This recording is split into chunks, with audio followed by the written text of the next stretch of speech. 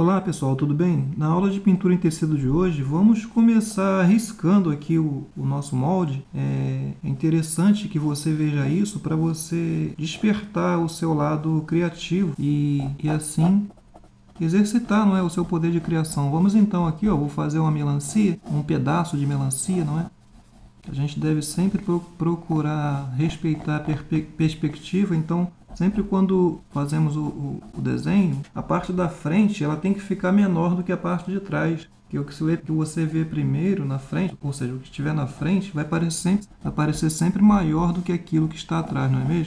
Então este é um conceito que não deve ser desprezado. Conseguimos aqui então fazer aqui a melancia e vamos colocar aqui umas uvas aqui por trás, tá bom? Então vamos colocando umas uvas aqui. Essa uva está por trás aqui da melancia, então ela vai continuar aqui desse lado. É um cacho de uva, não é?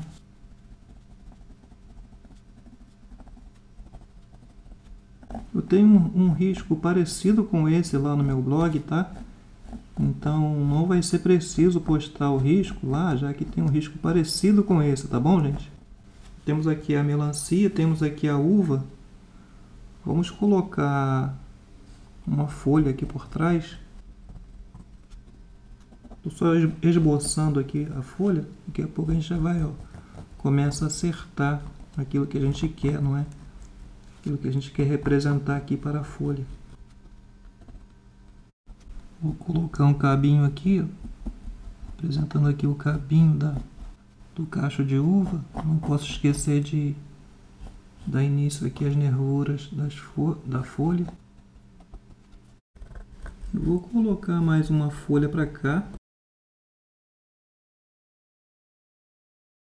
Bom pessoal, nós temos aqui então um pedaço de melancia e as uvas, não é? As folhas. Já está pronta aqui a nossa composição. Agora é só a gente colocar as cores, tá? Para você desenvolver esse processo criativo, você tem que observar bastante perspectiva e luz e sombra que vamos aplicar agora na nossa pintura. E isso vai despertar o seu processo criativo, porque é isso que faz a pintura ficar em 3D. Dimensão, ou seja, perspectiva, perspectiva, luz e sombra. Isso cria aquele efeito 3D na pintura. E se você prestar atenção nisso, você vai ter cada vez mais e mais vontade de desenhar e pintar. Vamos então trabalhar agora com o erva doce. Você já deve ter percebido que eu procuro trabalhar sempre com cores claras, o fundo primeiro, não é? Porque a gente não pode aplicar uma cor muito escura no fundo e depois perder toda a direção da pintura, não é? Estou trabalhando com erva doce e com o pincel 454, número 8, se não me engano, tá bom? É que sumiu a marcação aqui, mas se não me engano é o número 8. Vamos trabalhando o fundo, parte de baixo. Vamos aplicar o azul bebê aqui na parte do fundo, parte de cima. Com isso a gente vai ter um fundo mais colorido, não é? A parte de baixo verde e a parte de cima vamos aplicar o azul, sempre aplicando a tinta e esfumando, tá? Para ganhar assim uma boa distribuição da tinta. Então é um pouquinho difícil para mim espalhar a tinta aqui no tecido, porque a tábua ela já está com pouca cola, então o tecido ele fica um pouco aqui sambando aqui, aí me atrapalha um pouquinho. Por isso que eu estou encontrando um pouco de dificuldade, tá bom, gente? Convém eu lhe dizer que tem que esfumar bem a tinta, tá, gente? Ó, esfumar nada mais é do que, ó, movimentos circulares e suavizando a tinta. Vou aplicar o clareador incolor aqui, ó, onde eu terminei a pintura. Eu aplico um pouquinho de clareador incolor, que é para dar uma suavizada aqui no limite aqui da pintura. E posso aplicar novamente uma quantidadezinha de azul bebê, ó, e esfumar aqui em cima desse clareador incolor. Isso vai fazer a tinta ficar mais clarinha aqui no limite. da pintura. Bom, pessoal, resolvi aplicar uma poeirinha de marfim aqui, ó. Vou dar uma clareada mais aqui em cima e ganha-se um tom mais amarelado aqui, ó, pro alto da pintura. Sempre esfumando bem, tá bom? Vamos aplicar o verde pistache. Bom, pessoal, como já disse numa outra videoaula minha, sempre que antes de você começar a pintura, você já tem que determinar de onde a luz está vindo, tá bom? Para que você possa saber assim aonde que você vai colocar a sombra. Quero que essa luz venha daqui, tá bom? Então, se a luz está vindo de lá para cá, ela vai projetar uma sombra aqui, ó. A luz bate aqui na melancia e joga uma sombra aqui na superfície, aqui, ó. Quanto mais eu jogar a sombra para frente, quanto mais eu jogar a sombra para cá, mais forte será a luz que estará vindo de lá. Vamos fazer a sombra aqui do cabinho, ó. Esse cabinho que está aqui. Com isso a gente vai ganhar um efeito melhor aqui na pintura. Vamos agora aplicar a cor vinho, criando assim aquela sombra mais forte abaixo aqui dos objetos, ou seja, da melancia, da uva. Ó. Aquela sombra que está lá abaixo mesmo. Vamos aplicar vinho também aqui, ó, na parte de cima aqui do fundo.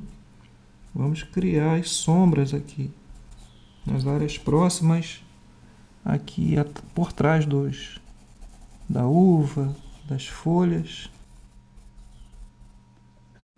Eu vou começar a trabalhar essa folha aqui que está mais ao fundo com o verde pistache. Contornar aqui essas uvas. Então você nota que quando a gente começa a trabalhar o fundo e as sombras, não é? Toda a pintura, ou seja, todo o tema principal, ele fica mais fácil de se visualizar e assim a gente consegue ter uma compreensão melhor do trabalho, ou seja, de como proceder, né, na execução do trabalho. Ó, se tenho essa uva aqui, que está à frente da folha, com certeza a folha vai se mostrar mais escurecida aqui por trás. Ó. E eu coloco a tinta e já vou, ó, esfumando e dando aqui, ó, fazendo aqui os detalhes, ó, das nervuras da folha. Eu quero fazer uma dobra aqui na ponta dessa parte aqui da folha. Então, eu já começo a sombrear abaixo aqui dessa dobra, tá vendo? Essa folha aqui está por cima dessa aqui, ó, então vai escurecer também um pouco mais aqui. E assim por diante, ó, já trabalho aqui a nervura. Isso é trabalho de luz e sombra, gente. Não tem nenhum mistério, não. É só a gente prestar atenção. Vou fazer outra dobra aqui, ó. É só a gente prestar atenção, não é? Tudo que está em cima faz sombra no que está embaixo. Pronto, é o suficiente. Se você prestar atenção, mesmo sem ter colocado ainda, sem ter preenchido ainda toda a folha com tinta, eu praticamente já pintei, não é? Porque já trabalhei as áreas mais escuras. Vamos lá então, vamos preencher o restante dessa folha com tinta. Vamos lá. Então eu vou voltar a trabalhar com erva doce. Eu digo vou voltar porque eu trabalhei parte do fundo com erva doce, não é? E vou preencher o restante das áreas que ficou sem tinta aqui nessa folha. Agora nós vamos voltar a trabalhar com o verde pistache e vamos avançar nessas áreas mais escuras, ó. Nas mesmas áreas onde nós trabalhamos com o verde pistache, nós vamos aplicar ele novamente e vamos avançar em direção às áreas mais claras, não é? Já que a pintura ela não pode ficar assim, tão sem vida, não é? A gente tem que ir avançando em áreas mais escuras, ó, criando assim áreas maiores de sombra, não é? Volto a trabalhar com o vinho Ó, coloco aqui nesse cantinho, dou uma esfumada. Vamos ganhar ainda mais as sombras, ou seja, escurecê-las onde há necessidade. E onde há necessidade? Naquelas áreas mais fechadas, não é? A sombra, ela procura sempre se esconder nas áreas mais fechadas. Digo isso aqui nesse tipo de pintura, não é? Eu coloco o vinho e já vou esfumando. Posso aproveitar e detalhar melhor aqui as nervuras. Ó. Vamos fazer o mesmo trabalho que fizemos aqui nessa folha, vamos fazer nessa, sendo que agora eu vou fazer com laranja. Eu quero uma folha mais ressecada. Tem uma razão nisso, gente, para mim querer essa folha mais ressecada. Não é à toa, não. Não é à toa. Se eu fizer as duas folhas com as mesmas cores, o trabalho ele fica um pouco mais pobre em relação à cor, não é? A quantidade de cores. Agora, se eu quero um trabalho bem rico em cores, eu tenho que observar uma coisa. Se eu coloco essa folha aqui verde, como essa aqui está, ela ia ficar muito próximo aqui ao verde do fundo aqui. Então eu jogo a folha verde para trás e para cá eu jogo a folha ressecada com laranja. Ó. Com isso eu ganho riqueza no trabalho, tá? Digo em variação de cor, riqueza que eu estou dizendo em variação de cor, não é mesmo? Eu vou aplicar marfim aqui nas áreas sem tinta e vou preencher toda a folha com tinta, não é? Ou seja, apliquei o laranja e agora aplico o marfim. Com isso, toda a parte dessa folha vai ficar preenchida com tinta. Vamos voltar a trabalhar com laranja, ganhando os tons mais escuros. Trabalhamos agora aqui com a cor vinho.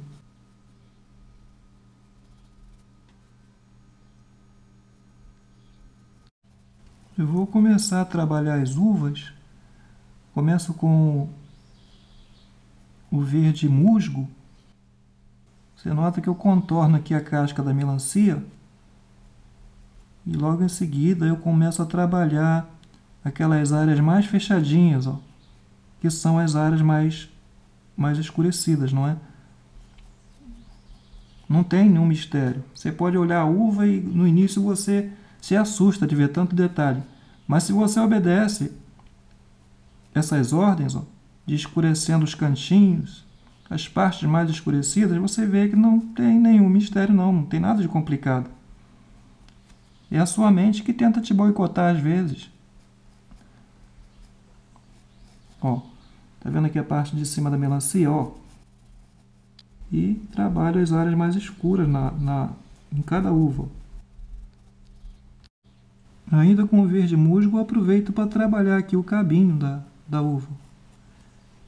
Faço a área mais escurecida dele e essa parte aqui de onde foi cortada. Então, somente isso. Vou aplicar agora amarelo pele e vou preencher todas as uvas, ó, nas áreas que ficou sem tinta. Então nós vamos preenchendo aqui todas as áreas que ficaram sem tinta. Na uva, não é mesmo? E aqui no cabinho. Com isso nós já temos a base para voltar a trabalhar a luz e sombra, que é o que juntamente com perspectiva é o que dá o efeito de 3D. Agora eu já posso voltar a trabalhar com o verde musgo, escurecendo as áreas onde eu trabalhei com ele.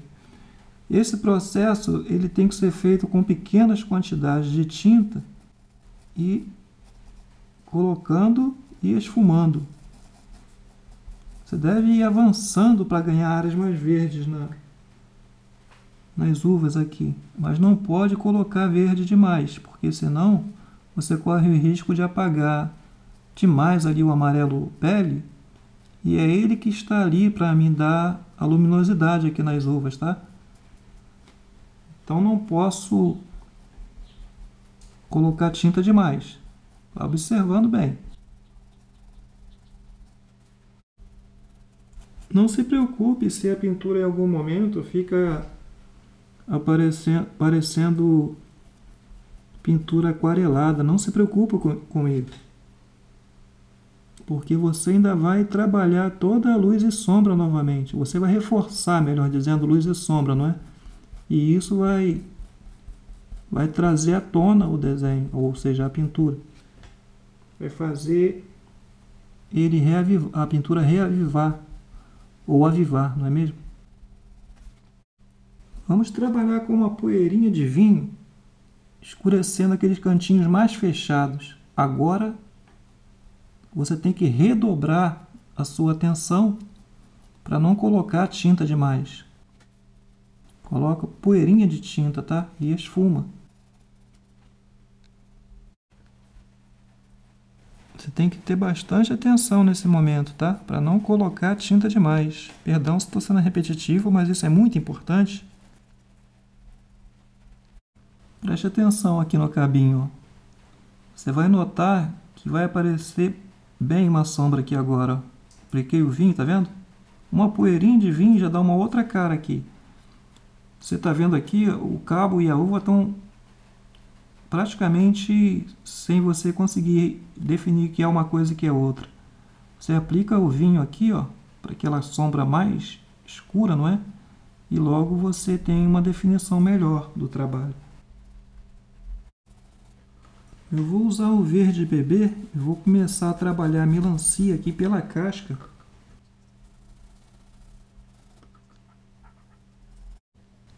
Vou aplicar clareador incolor aqui na parte de cima.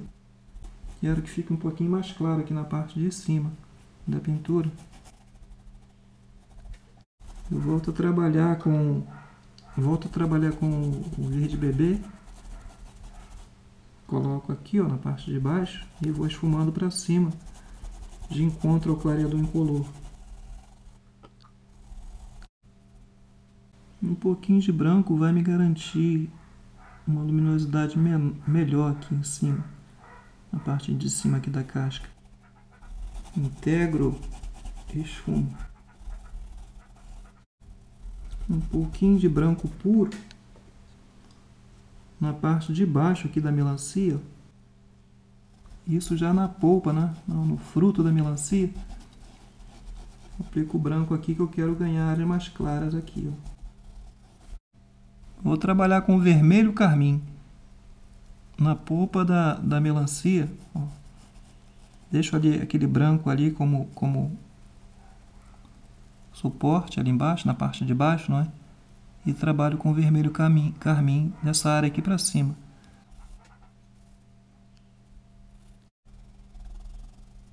Estou trabalhando ainda com vermelho carmim, mas estou puxando para cima, ó, com a parte mais fina do pincel. Vou trabalhar aqui com amarelo bebê na parte de cima da melancia. Você vai notar que eu vou proceder da mesma forma que procedi aqui embaixo. Ó. Eu vou aplico aqui, ó, na parte que eu quero clarear, e em seguida eu vou puxando para baixo com a lateral do pincel. Amarelo bebê, tá, gente? Vou voltar a trabalhar com o vermelho carmim. Você vai notar que eu volto a trabalhar nas mesmas áreas onde iniciei com ele, eu volto a repor. E usando os mesmos procedimentos que eu apliquei no início da pintura aqui, ó. Eu vou integrando esse vermelho ao amarelo.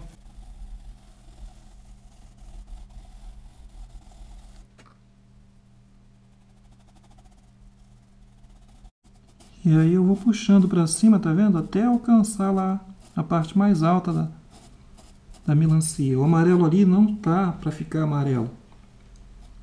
Então somente para me dar luminosidade aqui na parte de cima.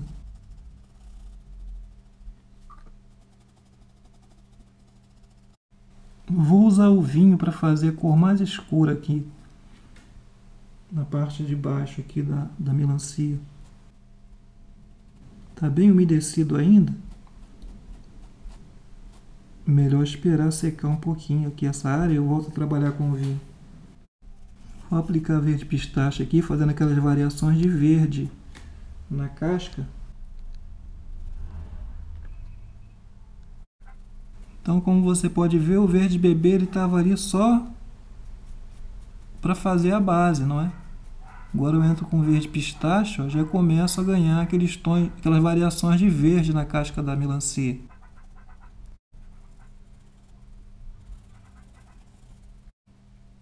Então nós usamos o verde musgo para criar esse efeito aqui na casca da melancia.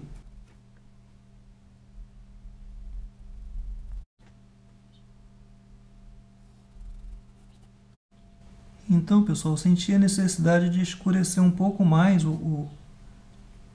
a tonalidade verde aqui da casca. Então, eu vou trabalhar com verde pinheiro, já que o verde musgo não está me oferecendo o verde que eu queria aqui para a casca. Eu vou aplicar vinho aqui nessas áreas mais próximas aqui do branco e vou criar ainda áreas mais escuras aqui. Você nota que eu coloco a tinta aqui assim, e à medida em que eu vou subindo, eu viro o pincel. Nós vamos iluminando aqui as uvas com marfim. Pouquinha tinta, tá, gente? Para não acinzentar demais a pintura.